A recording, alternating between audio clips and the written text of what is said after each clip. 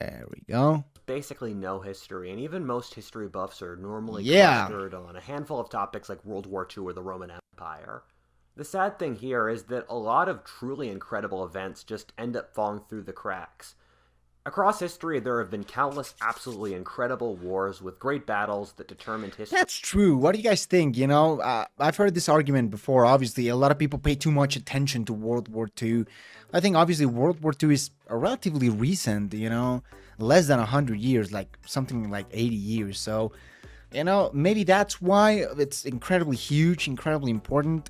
But maybe we do pay too much attention to World War II. But they've been Maybe. forgotten. I don't know. This is a video I to don't honor know. those. These are 12 incredible wars across history that you've probably never Shit. heard of. My main criteria for this is combining the historical impact of the war with how big it was and I like how that, genuinely yeah. interesting it is. For obscurity, I'm trying to gear this for a low-level history buff, but there are plenty of wars here that even hardcore history buffs have almost Low-level history. Bro, what are you trying to tell me, man? Are you trying to call me stupid? Because I kinda am. never heard of. This is in no particular order, so let's get started.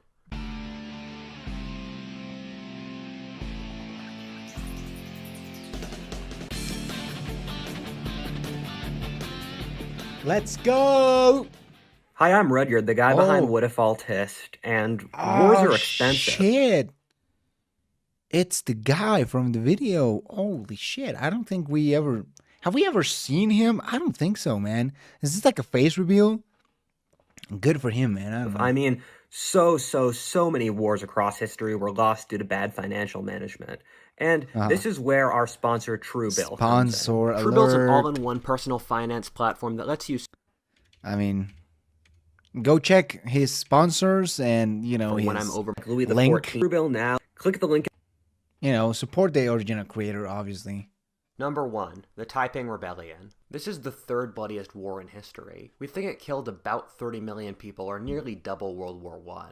That's not even the craziest thing. This was a war fought by a man who thought he was the second coming of Christ that led a communist revolution. Wait, I'm sure a lot of you are thinking, how have I never heard of this? Mid-19th century China was a mess. The country was so intensely overpopulated that Is it the 19th century that China calls the century of humiliation? I think the 19th century was pretty rough for China, both internally and externally, with foreign powers particularly. Yeah, I think I've heard a little bit about this war, but not a whole At the same lot. time, the country had fallen technologically behind the West, and Yeah. China had just faced a humiliating Opium defeat to the Wars. British in the Opium Wars. Yeah.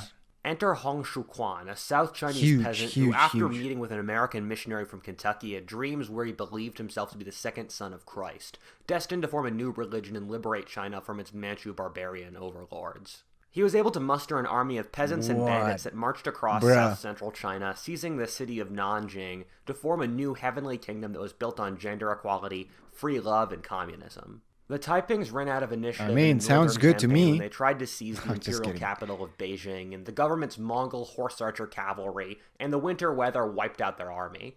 The rest of the war was basically a bloody always the multi-year winter, slog though. as the imperial forces tried to grind down the Taiping Right. rebels. Some highlights of the war was that an imperial commander called Zheng Guofan was sent to his home province of Hunan to fight off the Taiping rebellions, and then built an army that defeated the Taipings literally from just talking to neighbors and getting friends of friends to join. The Imperials also had a white, largely American and British mercenary force that were the spear tip of their army, and by the time the Taiping capital was seized, Hong Shuquan had gone totally insane, pretending that no war was secretly Really? Like, he went insane from the beginning. Like, what? He was... What did he said? He was second coming of Christ, something about that. I mean, that's pretty crazy, man. He was crazy from the very beginning. Talk about stupid wars, or stupid reasons why war started. I think this is going it. on outside. Almost like And the Boston third saying bloodiest The Last war, too. Airbender, I mean, putting that's out religious edicts and pretty smoking huge. opium in his massive harem. Number 2, Demetrius' invasion of India. Now, this is a war you almost never hear about. Yep. You see, India didn't have historical records before around 1000 Haven't AD heard when about the this Muslims one. invaded, so you could technically have an Indian Genghis Khan that we would have never heard of. However, long story short, after the fall of Alexander the Great's empire, a Greek colonial state developed in modern Afghanistan. A Greek that later spread to colonial- Pakistan. Very surprisingly, this a Greek colonial state in Afghanistan. That's something you never really hear about. kingdom converted to Buddhism. We can piece together that a great conqueror from this Greek-Afghan kingdom conquered across the whole north of India in the 2nd century BC. His armies reached nearly to the edge of Bangladesh before he died, which would have made him one of the great conquerors in India. In the Second Opium War, the British and the French forces captured the Qing main residence called the All Summer Palace. The British and the French troops looted and burned it. Damn, talk about, again, I guess, part of the century of humiliation, though. That's pretty rough, though. Especially for the Chinese, I guess. Possibly all of world history. However, since records are so poor, that's all we know. Number 3, the Lushan Rebellion. Okay, that's it, I guess. Of the 10 bloodiest wars in history, 8 were fought predominantly in China. I had to cut a lot of Chinese. Okay, so the first we have World War II, then the Mongol conquest of northern China, Taiping Rebellion, Manchu conquest of China. China has truly had many. I mean, the only ones that aren't Chinese are the Russian Civil War, World War One, World War II kind of was fought in China too. Chinese wars from this list, since I think a lot of them have very little impact outside China, and Western audiences just kind of hard to imagine, like, wouldn't find them interesting. But this really deserves a place here. Yeah. In the 8th century, Oh, China yeah, was absolutely. the wealthiest and most powerful nation in the world. The Tang dynasty controlled a giant empire that stretched deep into Central Asia, largely by co-opting Central Asian peoples into their empire to do the fighting. This resulted in a balance of power between the Central Asian military commanders and the civilian Han Chinese government. Here comes An Lushan, a commander from modern-day Uzbekistan. He was a general in the Chinese army on China's northeastern frontier with the Mongols. An was ambitious and had built up an alliance structure with other commanders. You kind of could ask the question. China has always had a massive population, at least compared to other nations, right? I think for one thing, it has been a good thing because China has been hugely influential in global culture and global history, right? But at the same time, that means that the more people you have, the bloodiest your wars are going to be. So it's kind of a double-edged sword if you think about it. And the emperor felt threatened by this and tried to have him fired, which just resulted in An rebelling, burning the Chinese capital down and killing the emperor. There are a couple funny side notes in the story, with one being that An was morbidly Everyone obese, wants to get to the Chinese rumor capital. was that he was having an affair with the emperor's favorite concubine, who was considered one of the most beautiful Yo, women of her Oired, time, how are where she you? would dress him up as a baby. The imperial Alright, Jahira, good to see y'all. No, you're not late. We're literally just begun. Thank you for being here, man. I miss y'all too a lot. were able to assassinate You have no An idea. after he took the capital, but he was so fat the knife wasn't able to cut through his fat, making his death long and protracted.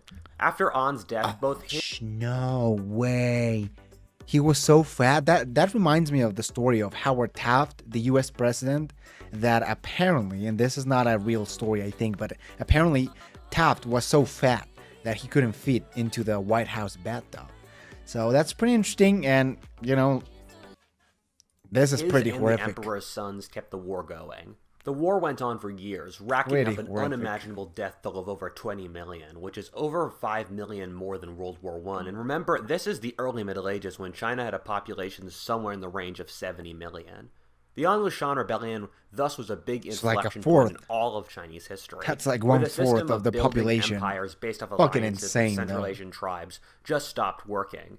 The bureaucrats gained total power over society, Buddhism lost it to Confucianism, and every ethnic Han regime afterwards was isolationist. Number 4, the Second Congo War. This war is technically still happening, and horrifyingly, it's the bloodiest war since World War II. Yeah. In the 1990s, Central Africa was experiencing acute overpopulation. This meant that the genocide in Rwanda resulted in people fleeing to related tribes in the Congo, which, through cascading effects, resulted in the Democratic Republic of Congo collapsing as a sort of functioning nation. Rwandan-based Tutsi rebels attacked west across their country, making their way against the government forces to the outskirts of the capital Kinshasa, which is legitimately impressive considering the Congo is the size of Western Europe. Yeah, exactly. What do you guys think that is? You know, Chinese wars being so brutal. Is it something about the Chinese warlords or emperors or leaders in general? Is it just the sheer size of the Chinese population that makes them naturally brutal?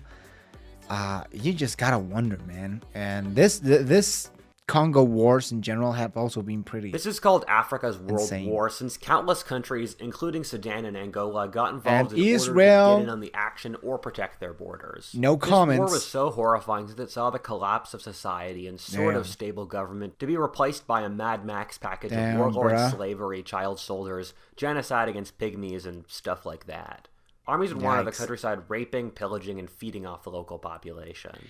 Well, there goes the monetization. monetization. Was that they were in fact supplying the coltan that goes into our smartphones during the computer revolution. The hated leader of the government forces died while the government forces started to beat the Rwandan rebels. It's kind of unfortunate, isn't it? A lot of what we have in our phones comes from places that literally have wars. And it's kind of sad to think that in order to get this phone, maybe someone lost their lives. I don't know. Resulted in pretty peace talks in disturbing in a way. 2002. Some warlords are still independent even today, however, and so the remnant of the war continues. Number 5, the Imjin War. I have no idea about this one. The 16th century was the main country in Asia that was able to technologically adapt to the West. The Japanese had implemented Western-style muskets, formations, and the like, alongside their naturally incredible samurai, to form what was probably the best army in the world at the time. Badass. Japan had also just finished their civil war and was burning with energy as their shogun, or basically military dictator, Hideyoshi, planned an attack on Korea that would hopefully become the springboard for a conquest of China and all of East Asia. Japan going after Korea had a since quick series of ancient victories, times. seizing control of much of the country rapidly. However, the tide of war was kind of the turned Japanese thing to literally do. and figuratively by probably one of the greatest military commanders of all time, Yi Sun-sin. Yi won the Battle of Mianyongyang Strait, God, I hope I pronounced that correctly, in which his 13 ships were able to wipe out 330 Japanese ships. And some of those brilliant tactical moves in history, the Koreans got the Japanese fleet stuck in a tidal pool in which they rammed into each other. This was a veritable Salamis of the Orient, in which the Japanese naval defeats meant they had trouble supplying their army. An interesting side note is that the Koreans had these precursors to ironclads called turtle boats that they would fight the Japanese with. As the war dragged on for years, the Chinese, who were the vassal overlords of the Koreans, were able to reinforce the Korean peninsula, thus meaning the Japanese were unable to conquer Korea. This defeat, compounded by the death of the Japanese commander Hideyoshi, meant that Japan stopped expanding. Admiral Yi was a giga-chat. Tokugawa Sounds seized power like it, and my turned guy. Japan inwards Sounds and like it. rejected Western technology for centuries, thus stalling the rise of the Japanese Empire by centuries. Number 6, the War of the Triple Alliance. Oh, yes! I know a lot about this one. Paraguay as a country almost got extinct after this war. It was so brutal. Under Genghis Khan, there are like 5 wannabes. Saddam Hussein's, Napoleon III's, or Gaddafi's. However, the figure who takes the cake for the most delusional attempt at world conquest is a certain Francisco Solano. Imagine being tiny Paraguay, fighting a war against Brazil, Argentina, and Uruguay. What? Why? Who thought? Well, apparently this guy thought that was a good idea, but it was fucking horrible.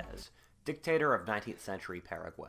He believed himself to be the South American Napoleon and was supporting a side in the Uruguayan Civil War. When that side lost, he decided to save them, but the little problem Which, was... I mean, considering the size of Paraguay, he kind of did fairly well, but it was a war they were never going to win. that Paraguay was hundreds of miles from Uruguay, divided between it by Argentina and Brazil, countries that together have 27 times Paraguay's population. However, he did start that war with the triple alliance of Argentina, Brazil, and Uruguay forming against Little Paraguay. The Paraguayan military was far better than the others and actually made some admirable conquests before they were inevitably forced on the defensive. This war was absolutely brutal for Paraguay, so much so that practically every male in the country fought. 70% of its male population died. With Solano Lopez wandering around the capital, pistol in hand, ordering any man he saw to fight in the front. Rumor has it polygamy took root in Paraguay afterwards to make up for the lack of men. Number 7. The Great Northern War. Imagine that. I was just watching a video about this conflict, never heard of it, and it was brutal, so brutal. 70% of the men inside that country died. Imagine that. You know, just the fucking problems. This set back Paraguay like more than 100 years. This was so brutal for the population, for the country. And it would never really recover. You don't hear a lot about Paraguay. And Paraguay, to be fair, had a fairly good military. They could have been a much better, much greater nation than they are today. And the Triple Alliance War, or the War of the Triple Alliance, was what set them back. And it's God, the comparison of this war to I've the heard a last little bit one is about so this one too. jarring. Geopolitically, the year 1700 was a weird place. It was a world where Germany was a chessboard that other countries fought over, and Russia was a medieval backwater, while Poland controlled most of Eastern Europe, and the Swedes were the dominant military power. Sweden had been ruled by military geniuses for the last 50 or so years, and had a sort of military hegemony over the region. When the King of Sweden died, he was replaced by a 16-year-old boy. In a drunken brawl, the kings of Denmark and... I watched the meme about the Paraguayan War. I think there's a good meme about it in Spanish, not in... Okay, this is basically a summary of the Paraguayan War, all right? Hey,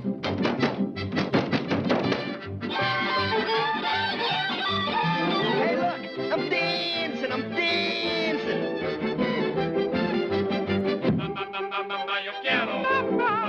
The British, of course.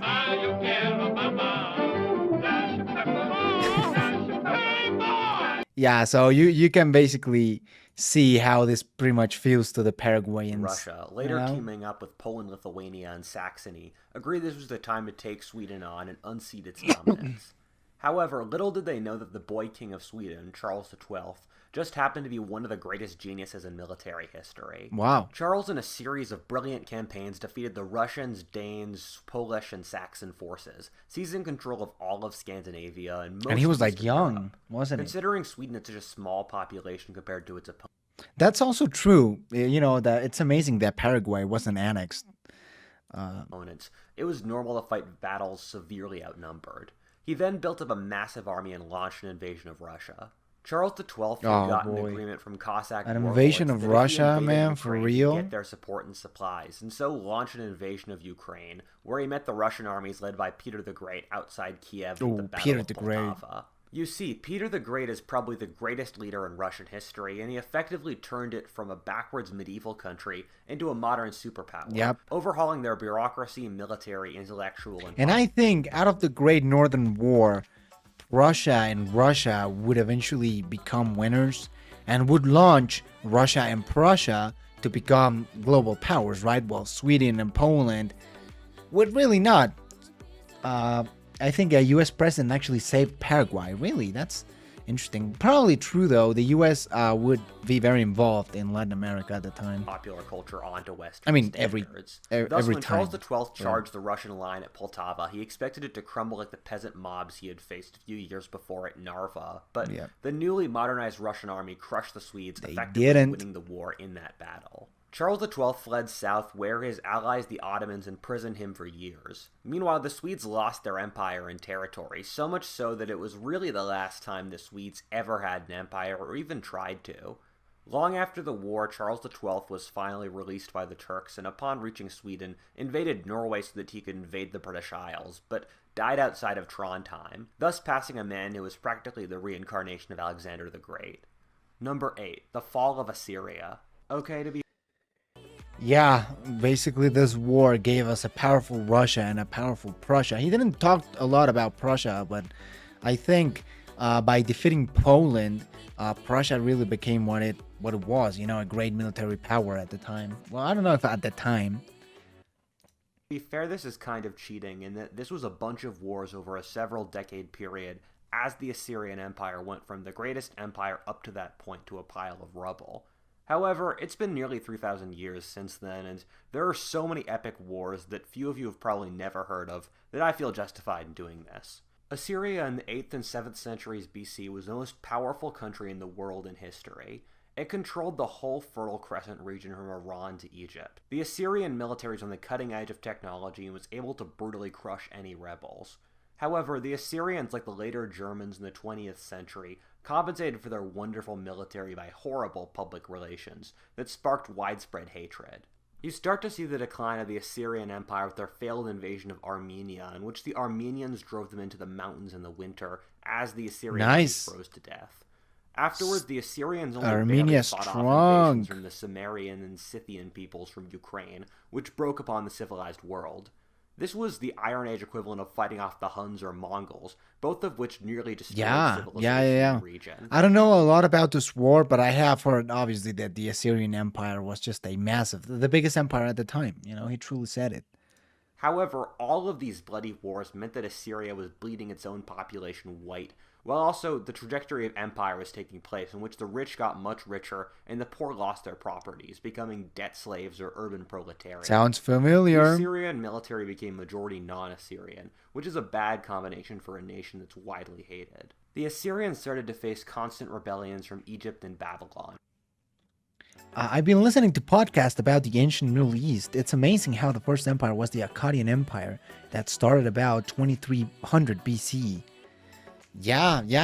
I don't know much about the time, to be honest, but I do recognize the names of the biggest empires. Truly an interesting time. Definitely should look more into it.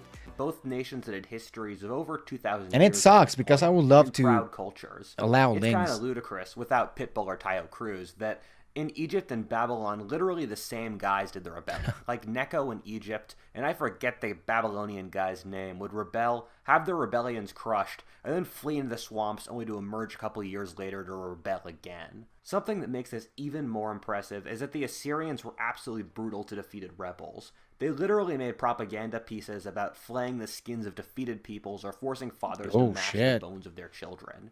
However, Assyria was so hated that the people kept on rebelling. There goes the Assyria monetization. just ran out of steam, and a combined Babylonian and Egyptian rebellion, allied with the nomadic Median tribes, crushed them and destroyed their capital city of Nineveh. Nineveh, perhaps the largest city in the world at the time, was literally eviscerated off the face of the planet. The glass literally melted in the city. When a Greek army marched past the ruins of Nineveh 150 years later, the local inhabitants, the descendants of the Assyrians, had no idea who built the ruins.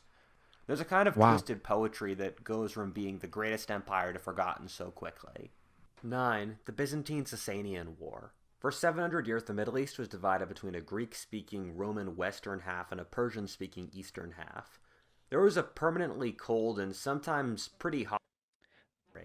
The Byzantine Empire fell in a civil war, and the Persians took the opportunity to launch a lightning strike against the Middle East. Anatolia, the Byzantine positions the Middle in East. Syria, Palestine, and Egypt, effectively conquering further than any Persian empire in nearly 1,000 years. The Persians allied with the Avar Confederacy, based out of modern Hungary, and attacked the empire from the Balkans. Both coordinated attacks. That's nice. That's a very smart alliance. The Byzantines, in fact, considered leaving Constantinople and fleeing to a new capital in Carthage in modern Tunisia. However, the Byzantines had an incredible emperor as their leader, Heraclius. Heraclius took his army by boat to northeastern Turkey and attacked the northern Persian Empire through Armenia, while the Persians were in turn bearing down the Byzantine capital. This made the Persians launch a coordinated siege of Constantinople with the Avars, with one sieging the European side and the other the Asian side, which was defeated by the Byzantines. The Byzantines then formed an alliance with the Turkic peoples of the Caucasus and attacked south into Iraq, nearly seizing the Persian capital of Ctesiphon before the Persians sued for peace. This war devastated the whole region, making the Romans and Persians both exhausted. Also, you've got to keep in mind, only a little bit before, half of the region's population had been killed by an earlier version of the Black Death. In effect, this war set up the region for the meteoric rise of the Islamic Caliphate that took place 50 years later. Yeah, this makes a lot of sense because both the Persian Empire and the Byzantines were so tired. Then, which was the first caliphate? Was it the Umayyad Caliphate? I think they were the first. I'm not extremely sure. So that's why, or that's at least a reason why they had such a fast rise. You know, if you look through the years, they conquered all this territory in a very, or at least a fairly quick time, which is respectable, right? Number 10, the War of Spanish Succession. Oh, I've heard about this France was the one. beating heart of Europe in the early 18th century. No, but it's so weird that even the streamer can't see it. Yeah, I can't see it. Like it's not showing. So maybe I'll check the settings. But again, I haven't moved anything when it comes to links and in the French chat. philosophy was universally respected, while the French military was probably the best in the world and very nearly conquered Europe. The King of France was a certain Louis XIV, who I think is one of the most overrated kings in history, and his reign was marked by countless wars of expansion. Controversial. So many that my sobriety Controversial test was choice. to see if I can remember them in order.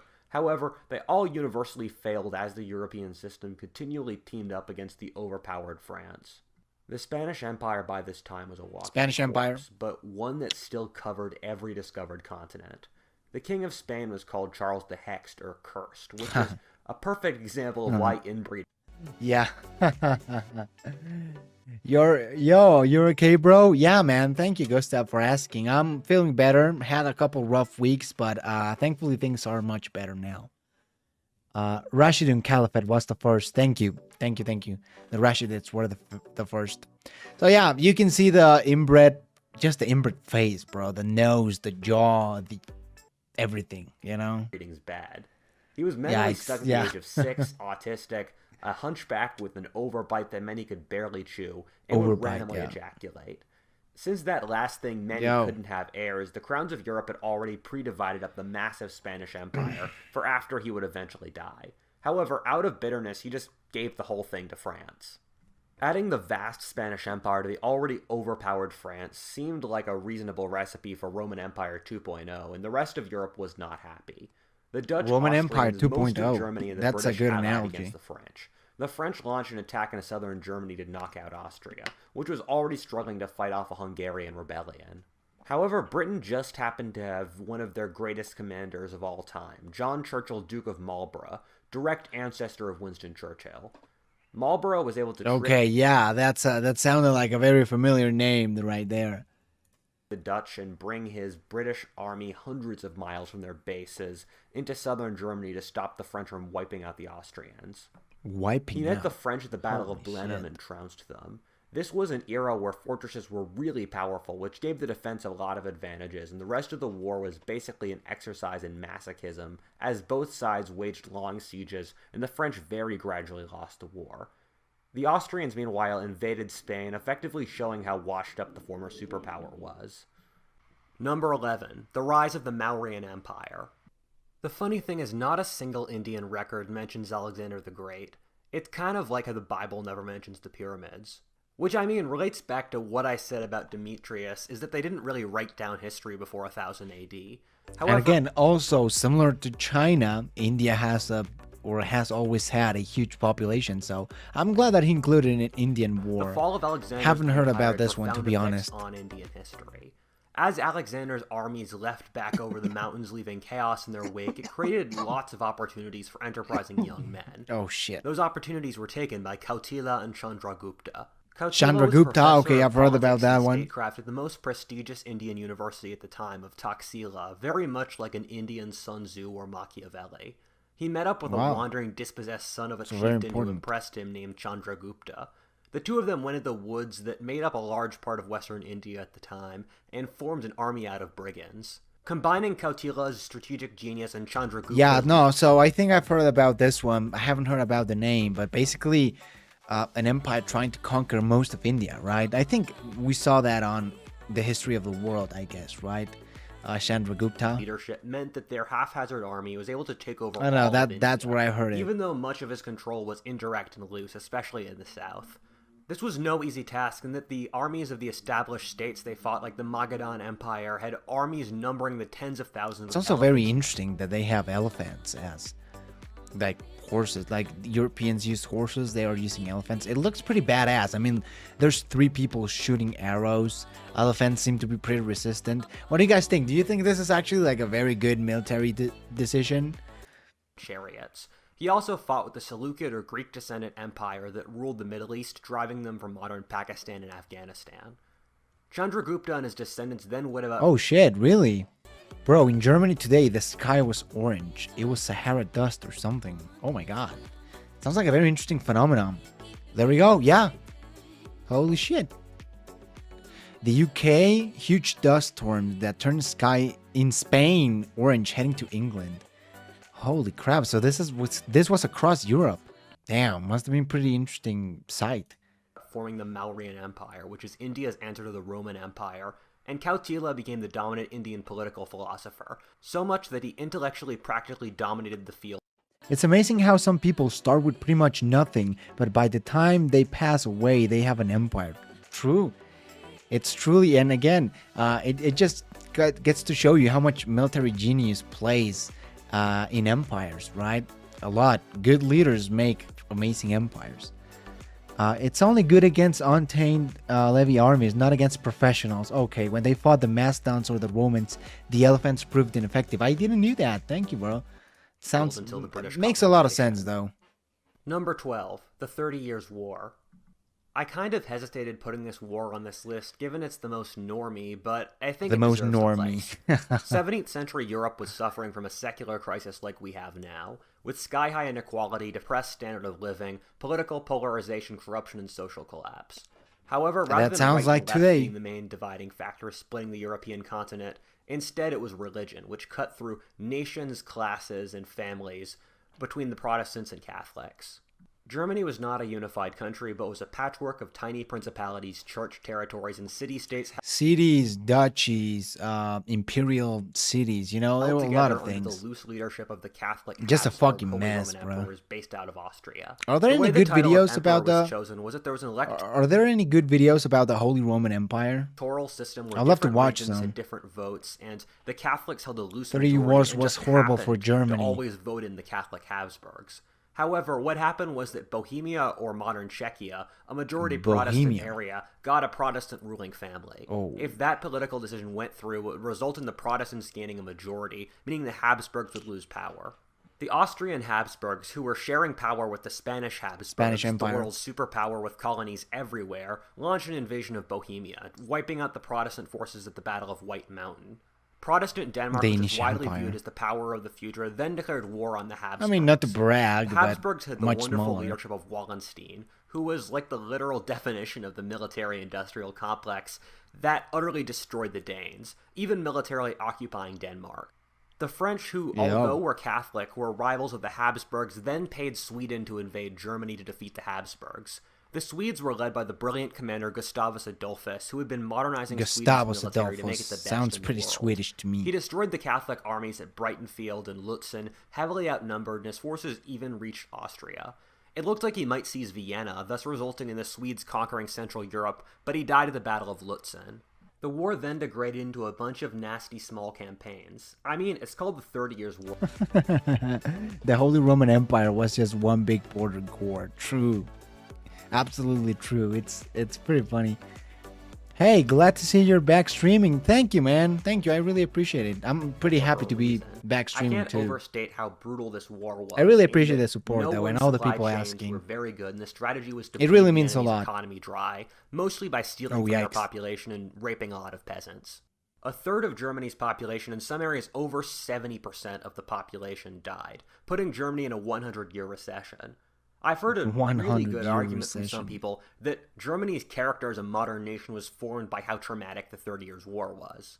As the war dragged Wow. on, the French worried that Very philosophically deep if you think about it. You know, the war was so traumatic that, you know, made the German character what it is today. the Habsburgs were doing too well, and under the leadership of their Cardinal Richelieu, one of the craftiest statesmen in history, joined into the conflict. Based out of Belgium, which was a colony of theirs, the Spanish Whatifalthist has this weird idea that he talked about in other videos of the Swedish conquering all of Germany and not just assimilating into Germany. Sounds invaded northern sounds pretty France, weird. nearly Yeah. seizing Paris before being turned back. Spanish at the Battle of Empire. Rocroi. The war kind of ran out of steam since none of the participants Or really had functioning Habsburg societies Empire, I anymore. guess. Spain and France had collapsed into civil wars, Italy was in rebellion, Sweden had just run out of guys, and the Netherlands in their classic Dutch way had somehow made a massive profit off the war.